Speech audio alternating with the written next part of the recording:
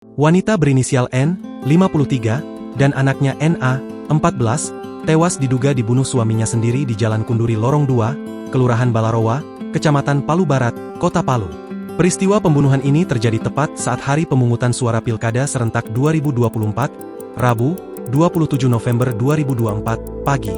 MZ, 50, sang pelaku yang tidak lain adalah suami dan juga ayah korban kabur usai melakukan aksi sadisnya.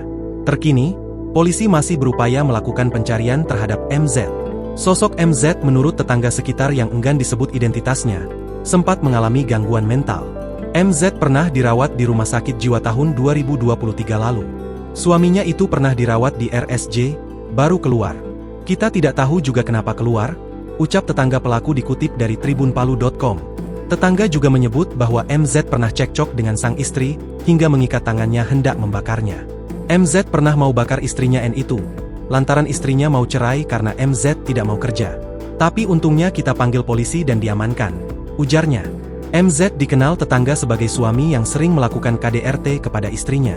Sebelumnya diberitakan, N, 53, dan anaknya NA, 14, tewas diduga dibunuh suaminya sendiri di Jalan Kunduri Lorong 2, Kelurahan Balarowa, Kecamatan Palu Barat, Kota Palu, Rabu, 27 November 2024, pagi.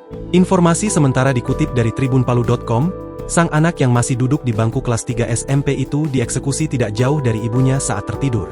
Salah seorang saksi menyebut peristiwa penganiayaan berujung pembunuhan itu terjadi sekitar jam 6 waktu Indonesia Tengah.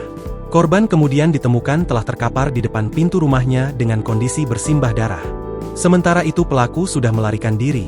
Selain membunuh korban, saat melarikan diri pelaku juga sempat menganiaya Imam Masjid Nurul Tijarah, bernama Muhammad Nasir.